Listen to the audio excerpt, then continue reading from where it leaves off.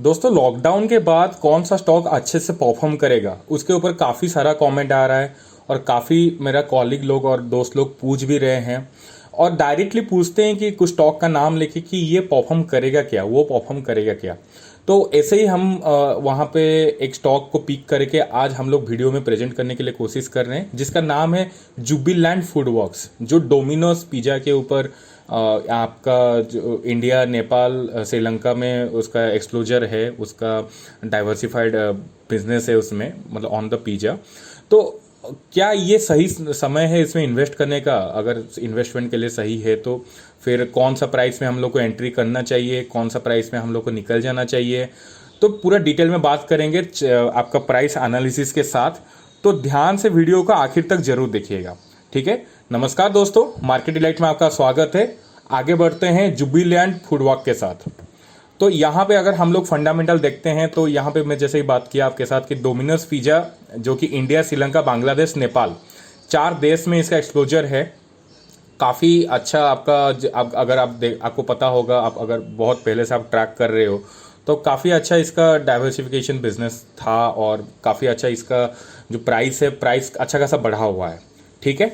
अगर हम लोग मार्केट कैपिटलाइजेशन के हिसाब से जाएंगे तो ये लार्ज कैप कंपनी है, मोर देन 20,000 करोड़ का कंपनी है। सबसे अच्छा इसका जो लगा मेरे को, दैट इज ROCE लगभग 43.54% का है, मतलब 40% के ऊपर है। 100 रुपये लगा के कंपनी 43 रुपये कमा ले रहा है, मतलब इसका जो यूटिलाइजेशन ऑफ रिसोर्स है काफ़ी अच्छा है, करेक्ट। उसका बाद यहाँ पे जो डेट है, थोड़ा सा ये दुखी करने की जैसा बात है। 1670 करोड़ का डेट है आज पर द मार्केट कैपिटलाइजेशन, जो कि डेट टू इक्विटी रेशियो निकल के आता है 1.49, 1.5% का, ठीक है ना।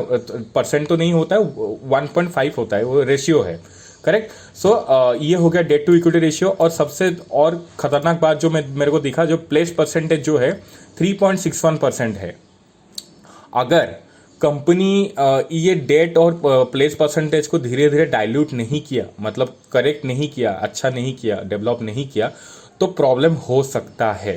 बट यहाँ पे जो प्रोमोटर होल्डिंग है वो भी थोड़ा सा आपका कम है। अगर यहाँ पे 42% का प्रोमोटर होल्डिंग है, हम लोग का आज पर द थ्रेशोल्ड 50% से ज़्यादा होना चाहिए, राइट।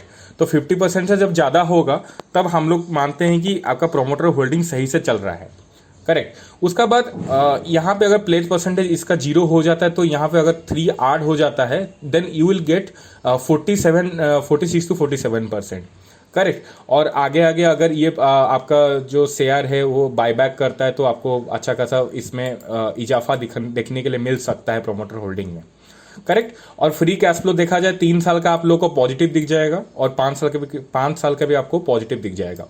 तो ओवरऑल अगर कंपनी देखा जाए तो आपको अगर आउट ऑफ 10 बोला जाए तो मैं 7 रैंकिंग दूंगा आज ऑफ दिस डेट और आपका प्लेस परसेंटेज, क्योंकि ये थोड़ा सा दिक्कत की बात हो सकता है।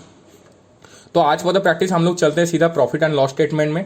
प्रॉफिट लॉस स्टेटमेंट देखोगे तो आपको दिखेगा कि कंसिस्टेंटली ग्रो किया हुआ है और यहाँ पे बीच बीच में से लगभग सेम प्रॉफिट लॉस का आपको दिख रहा है और यहाँ पे काफ़ी अच्छा ग्रो किया हुआ है। बट अभी 2020 का रिजल्ट नहीं निकला हुआ है।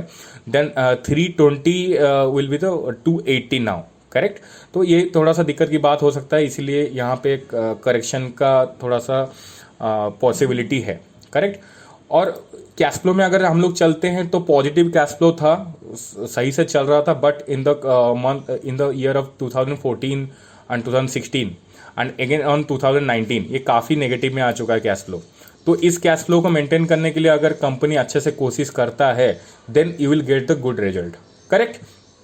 उसके बाद अगर यहाँ पे हम लोग फंडामेंटल को देखेंगे तो ओवरऑली ठीक ठाक है, कंपनी के हिसाब से ठीक ठाक है। मेरे को इसका जो ROCE है ये काफ़ी इंप्रेसिव लगा और इसी ROCE के ऊपर अच्छे से अगर काम करेगा तो इसका डेट और प्लेस परसेंटेज भी क्लियर हो सकता है, ठीक है। और अगर हम लोग को प्राइस सेक्शन के ऊपर बात करना है तो हम लोग सीधा चलते हैं आपका टेक्निकल एनालिसिस के ऊपर। तो टेक्निकल क्या बोल रहा है कि अगर 5813 में मैं टेक्निकल देख रहा हूँ, यहाँ पे क्रॉसओवर करने के लिए कोशिश कर रहा है टुवर्ड्स डाउन, ठीक है। ऑलरेडी ये वाला जो 13 ये में है उसको क्रॉस करने के लिए कोशिश कर रहा है।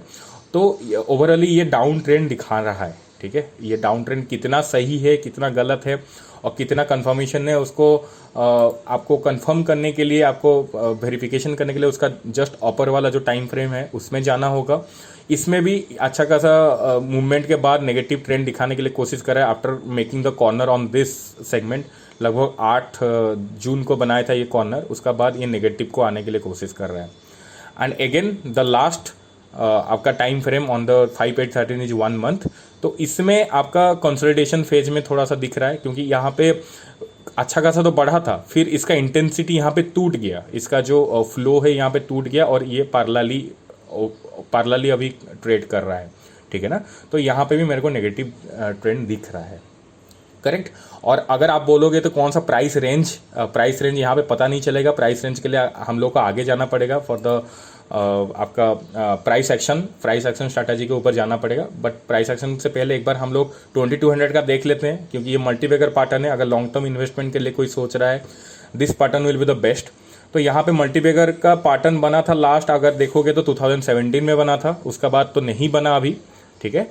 तो यहाँ पे अभी कुछ बोला नहीं जा सकता बिकॉज ऑलरेडी इसका ब्रेकआउट हो चुका है। एंड इसका सबसे अच्छा बात है कि इसका जो स्लोप, ये लगभग 45 डिग्री का स्लोप है। अगर 45 डिग्री का स्लोप होता है तो देन इसको गुड साइन माना जाता है, करेक्ट। तो लॉन्ग टर्म इन्वेस्टमेंट के लिए ये एक अच्छा शेयर है, बट आपको एंट्री पॉइंट सही मिलना चाहिए। तो सीधा चलते हैं हम लोग का एंट्री पॉइंट कौन सा होगा देखने के लिए। यहाँ पे हम लोग सीधा आ चुके हैं, हम लोग कैंडल स्टिक पे, आपका प्राइस एक्शन पे। जैसा कि यहाँ पे मैं ड्रॉ किया हूँ, ये वाला लाइन देखिए, इसी लाइन का रेंज में ही ये काम कर रहा है, करेक्ट। और इसी लाइन में काम करके जब भी आप अगर स्विंग ट्रेड में काम कर रहे हो तो यहाँ पे एक बार बाय करके नीचे वाला लाइन से ऊपर वाला लाइन पे सेल कर सकते हो, या ऊपर वाला लाइन में आप सेल करके इंट्राडे में आप मुनाफा भी कमा सकते हो, ठीक है। ये आपका स्टॉप लॉस होकर रहेगा, जो भी इसी रेंज में जो भी आपको मीट करेगा। और यहाँ पे अगर नीचे जाना है तो ये 1665 1650 तक भी जा सकता है, करेक्ट। और ये वाला रेंज अगर कहीं किसी तरफ भी टूटता है, चाहे वो नीचे की तरफ या ऊपर की तरफ, देन यहाँ पे अच्छा खासा ब्रेकआउट दिखेगा। वो आपको देखना है कि ब्रेकआउट किस तरफ हो रहा है। अगर नीचे की तरफ ब्रेकआउट हो रहा है देन आपको उसमें से निकल जाना है, जो जुबिलेंट फूडवर्क से निकल जाना है। अगर ऊपर की तरफ होता है, यहाँ पे आपको स्ट्रैटेजी बना के यहाँ पे इसी जगह में, इसी रेंज में जब ब्रेकआउट के बाद थोड़ा सा ऊपर जाने के बाद आप लोग उसमें इन्वेस्ट कर सकते हो, ठीक है। उसमें रिस्क फैक्टर कम होता है। अगर आप बोलोगे तो मैं यहीं पे भी इन्वेस्ट कर सकता हूँ, बट आपका पैसा जो है वो ब्लॉक हो जाएगा अगर आप उसी रेंज के अंदर आप कितना टाइम ट्रेड करेगा तो पता नहीं होता है ना, करेक्ट। तो ये हो गया हम लोग का प्राइस एक्शन के बाद हम लोग चलते हैं डाइवर्जेंस। और इसमें सबसे ज़्यादा इंटरेस्टिंग थिंग है, यहाँ पे डाइवर्जेंस बन रहा है हायर हाई और लोअर हाई का। इसका मतलब क्या होता है कि इसमें और भी डाउन ट्रेंड बाकी है, और ये सबसे ज़्यादा रिलायबल चार्ट पैटर्न है, जैसे कि आप लोगों को पता है। अगर उसमें देखा जाए तो ये वाला अभी जैसे कि हम लोग 5813 में हम लोग को दिख गया कि इसमें नेगेटिव ट्रेंड दिखा रहा है, ठीक है, 1 डे के हिसाब से। और ये डाइवर्जेंस भी हम लोग को नेगेटिव ट्रेंड दिखा रहा है। तो मतलब अगर देखा जाए तो आउट ऑफ 4, 2 में सबसे ज़्यादा अच्छा कंफर्म हो गया कि this one is the in the down trend on the short term, ठीक है। तो धीरे धीरे कौन सा प्राइस सेगमेंट में इसका बाय सिग्नल आएगा। अगर आप लोग चैनल पे जुड़े हो तो आपको पता चल जाएगा, नोटिफिकेशन आ जाएगा आपको। अगर नहीं जुड़े हो तो एक बार जुड़ जाइए, सो दैट आपको नोटिफिकेशन उसका मिल सके और रियल टाइम व्यू मिल सके। तो आज के लिए इतना ही था जुबलेंट फूडवर्क्स का, और मैं आशा करता हूँ कि आप लोग को समझ में आया होगा। कोई भी डाउट हो एक बार पूछ लीजिए कमेंट सेक्शन में, सो दैट आपका डाउट मैं क्लियर कर सकूँ। और बाकी जो है, आपको अगर अच्छा लगा तो एक बार लाइक कर दीजिए, दोस्त लोग के साथ शेयर कीजिए। अगर नया है तो एक बार सब्सक्राइब कर लीजिएगा। तो ऑल द बेस्ट दोस्तों, all the best for your portfolio. Thank you so much.